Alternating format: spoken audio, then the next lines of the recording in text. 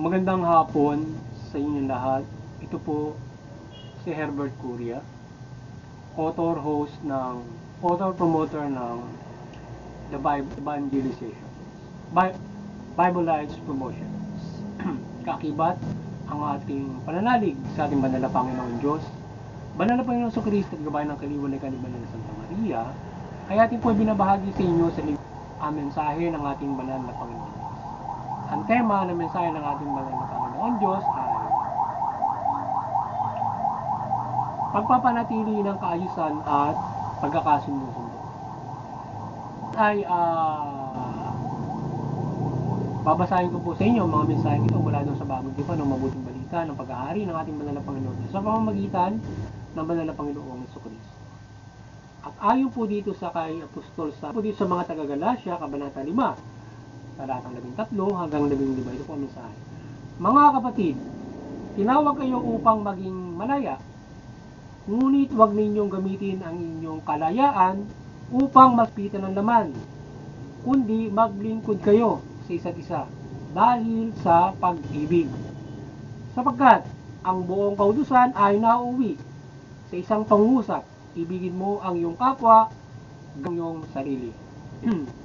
Ngunit kung kayo ay magkakagatan at magsasakmalang parang hayop, kayo'y mauubos. At pagpatuloy po natin sa kay Apostol Tito, Kabanata 3, talatang 1 hanggang 3, ito po ang mensahe. Paalalahanan mo silang pasakop sa mga pinuno at mga may kapangyarihan. Sundin ang mga ito at magpagawa ng mabuti. Pagbawalan mo silang magsalita ng masama kanino man. Kailangan sila'y maunawain, mahinahon at maibigin sa kapayapaan. Pagpatuloy po natin sa mga taga-Roma, Kabanata 12 hanggang at talatang 2, talatang 9 hanggang 10. Ito po ang mensahe.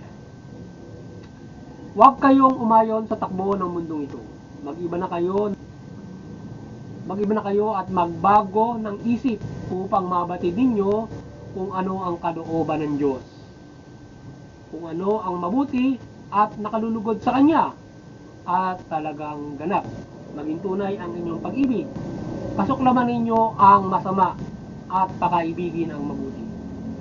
Mag-ibigan kayo na parang tunay na magkakapatid. Ito po. Pagpatuloy po natin sa 1 Corinto, Kabanata 11, talatang 4 hanggang 7. Ito po ang mensahe. Ang pag-ibig ay matyaga at magandang loob. Hindi nananagili, nagmamapuri o nagmamataas.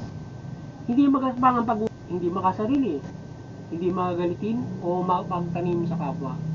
Hindi nito ikinagagalak ang gawang masama, ngunit ikinagagalak ang katotohanan. Ang pag-ibig ay mapagbata, mapagtiwala, pag-asa at nagtitiyaga hanggang wakas. Pagpatuloy po natin kay Apostol San Lucas, Kabanata 12, talatang 58 hanggang 59. Ito po ang mensahe. Kapag isinakdal ka sa hukuman, makipag-ayos sa nagsakdal. Habang may panahon pa, makakalad ka rin kanya sa hukuman at ibigay ka ng hukom sa tanod at ibinanggo ka naman nito. Sinasabi ko sa iyo, hindi ka makalalabas doon hanggat hindi mo nababayaran ang kahuli-hulihang kusing, kahuli-hulihang sentimo. Pagpatuloy po natin kay Apostol San Mateo, Kabanata 9, talatang 11. Mensahe. Umayo kayo at tunuwain ninyo ang kahulugan nito. Habag ang ibig ko hindi hain, sapagkat naparito ko upang tawagin ang mga makasalanan, hindi ang mga banal. Ito po ang mensahe ng ating banal na Panginoon Diyos sa ating pagbabahagi sa hapong ito ng mabuting balita sa ating pagbabahagi ng Bible Lives Promotion. Pasalamatan po natin ang ating banal na Panginoon Diyos. At maraming salamat sa ating banal na Panginoon Diyos na ating paliliwanag ko po sa inyo ang mga mensaheng ito mula sa tema na pagpapanatili ng kaayusan at pagkakasundo-sundo. Nais po mabatid sa atin ng ating banal na Panginoon Diyos na kung paano tayo magpapanatili ng kaayusan, at magkakaroon tayo ng pagkakasundo-sundo. So yan. Kaya pangunahin, ah, ang banal na Panginoon Kristo na tayo ay magkaroon ng isang mahusay na pag-uugali. Yan. Paano tayo o paano tayo, yung karakter natin, paano tayo mamumuhay. So, nais ng banal o ano yung dapat na isa puso natin at kung paano tayo ano yung good deeds na dapat natin gawin. So, nais ng ating banal na Panginoon Diyos, hindi tayo dapat, malaya tayo at hindi tayo dapat maging makalaman. So, isa po yung pagiging makalaman, yung mahilig tayo sa sa material na bagay, iba't ibang mga na kung saan tayo ay nahuhumaling yan. Ano ba? Kaya ng kapangyarihan, pera, babae, yabang, gusto mo mataas ka, yan, mga ganun mga bagay. Iba't ibang mga bagay na makalaman, makasanlibutan nila. So kung yan ay mapag-aaralan natin na tayo ay mawala sa ating puso yan, sa ating buhay, so maiwasan natin yung matukso tayo sa mga bagay na magduudyok sa atin para gumawa tayo ng hindi mabuti. Sapagkat kailangan tayo ay kinakailangan ay hindi dapat nasusunod sa atin yung pita ng laman, kundi yung tayo dapat ay nagkakaisa yung bawat mga tao sa dahil sa pag-ibig. Yan ang nais ng banal na Panginoon. Tayong lahat dapat para umiral yung pagkakasundo-sundo at kaisan, dapat umiiral yung pag-ibig o yung pagmamahal at pagmamalasakit natin sa isa't isa. At hindi lang yun, yung tayo ay hindi natutukso nga sa pita ng laman o yung materialistic tayo o tayo ay tawag ng sanlibutan, mga ganon. So, sa gayon, naiiwasan natin yung iba't ibang mga kasamaan. At kagaya nung aral na ibigin mo yung sarili, ibigin mo yung kapwa mo gaya ng pag-ibig mo sa sarili mo. So, hindi mo gagawin sa iba yung ayaw mong gawin sa'yo. At kung tayo ay maglalabanan, individual man o malaki, ay tayo magkakaubusan. Ika nga, sabi ng mabuting balita.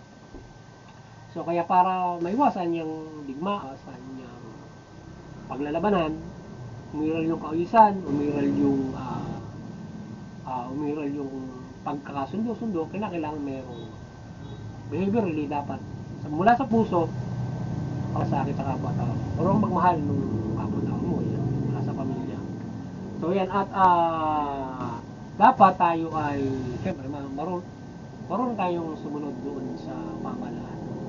So isa sa mga nagati ng disiplina, maliban yung disiplina at pag-ugali na gusto ng banal na Panginoon Diyos na isabuhay natin, ay yung disiplina ng pamahalaan. Kasama din dyan ang disiplina ng Panginoon Diyos na tayo ay magpailalim din sa pamdisiplina sa atin. Sundin natin kung ano yung panuntunan ng pamahalaan.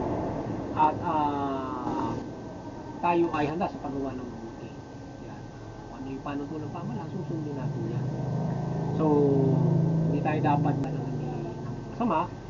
Tayo ay dapat ay malawak ang pangunawa, mahinahon, at may bigyan tayo sa kapayapaan. So ngayon, kung tayo ay maunawain, malawak ang pangunawa natin, malawak ang PC, nga, mahinahon, tayo ay hindi basta-basta nagkakaroon ng katalo sa pakikipag-usap pa lang. Yan. So, kung mayroong magawa ng binubuti, tayo ay mahinahon, malawak ang pag-iisip, tayo ay mahilig sa kapayapaan. So hindi, at kaya nga ng ating pangaral doon sa mga panakaraan, huwag natin kakalabanin kapag mayroong nakagawa ng masama. So, sila ay sa gobyerno natin, bahala yung gobyerno sa mga, dahil yun ay authority nila para laban doon sa nakalang batas. Kung ang kasamaan nila ay paglabag sa batas, ikaw man ang ginagawa ng masama o yung ibang tao, huwag mo silang kakalabanan. Ika nga, sila ay pagbabaguhin mo, pangangarangalan mo para magbago. Kung sila sa pamamagitan ng makatuwiran na pakikipag usap, pakikipag talakay o upang sa gayon ay mapagbago mo sila. Sapagkat ngayon kung sila ay hindi magbago sa iyong mga pangaral at sila ay instead inatake ka pa, pinagtakaan ka pa, so iwasan mo sila. At pabayaan mo yung pamahalaan ang siyang magtuwid o dumisiplina sa mga taong gumagawa ng paglabag na sa batas. Kung ang mga tao disiplina, hindi walang disiplina, lumalabag sa batas, pwede natin na pangaralan kung mapapangaralan mo natin sila. O lalo kagaya nito, tayo ay nagbabahagi ng salita ng Diyos. So sana yung mga nakagagawa ng hindi maganda nga, ay sila ay sila bago, sila ay magkaroon ng pag-ibig sa kapwa, malasakit, at sila ay mamuhay ng mabuti ay sa balita at may pananampalataya sa Diyos. Ngayon doon sa mga hindi nasunod, hindi makapaniwala doon sa banal na Panginoon Diyos, sila ay disiplina ng pamahalaan ng ating asahan diyan para maitubig sila. Ngayon tayo ay patuloy na mangangaral hanggang sa mapapangaralan sila ng pagbago. Kung hindi mo na nga mapapangaralan, hindi mo nga maharap sila dahil nasa inaatake ka, hindi mo nga mapapangaralan yung mga tao. So bahala yung pangaralan mo sa kanila. Meron pa naman panahon para mapangaralan sila sa isang panahon na hindi sila umaatake sa iyo. Kagaya ng ginawa ng Panginoon sa Kristo, iniwasan sila.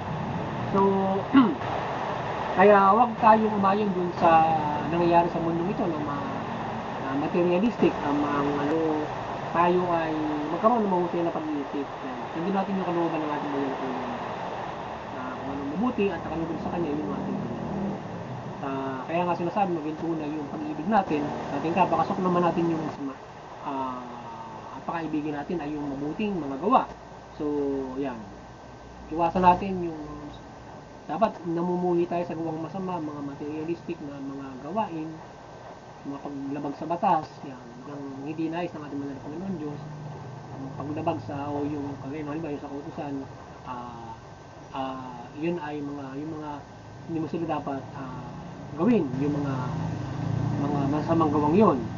So, kaya dapat ikaw ay pakibigin mo yung mabuti, masakulang kasama sa at tayo nga ay magkaisa bilang parang magkakapatid at mag-ibigan tayo na parang magkakapatid. Yan ang nais na banal na Panginoon. Sa gayon, ay makapamumuhay tayo ng masyong at gayon din sa ating pamahalaan. So magkakaroon ng magandang relasyon ng mga tao at relasyon ng pamahalaan kay at ng mga tao. Sa gayon, tayo ay mamumuhay ng maayos sa gabay ng ating simbahan, sa gabay ng mabuting balita ng ating Panginoon Diyos. Kaya tayo ay dapat mamumuhay ng ayon doon sa gabay ng banal na Panginoon Diyos na tayo ay mamold to have a good behavior, mabuti. Yan. At yan ang nais ng ating banal na Panginoon Diyos. Yan. Kaya pa ikaw mamumuhay na mayroong pagmamahal sa kapwa, mayroong malasakit. Kasi para ikaw makapamuhay ka na mayroong pagmamahal sa kapwa mo, dapat matyaga ka. Magandang yan, yung maunaway, mahinahon, yan. Hindi ka na naghili, yan. Hindi ka nagmamapuri, nagmamataas, hindi ka mayabang, hindi magaspang yung pag-ugali mo, hindi ka makasarili, hindi magagalitin o mapagtanim sa kapwa. So, hindi nga yung gawang masama, at ang kinagagalak mo lang ay mabuti ka.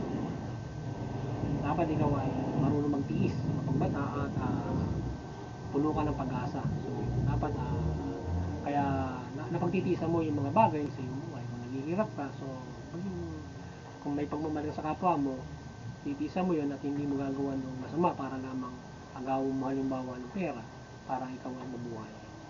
Pakiamot ka, hindi dapat doon. So mag-isip ka naman sa pananampalataya mo sa Diyos para ikaw ay makapumuhay ng mahal.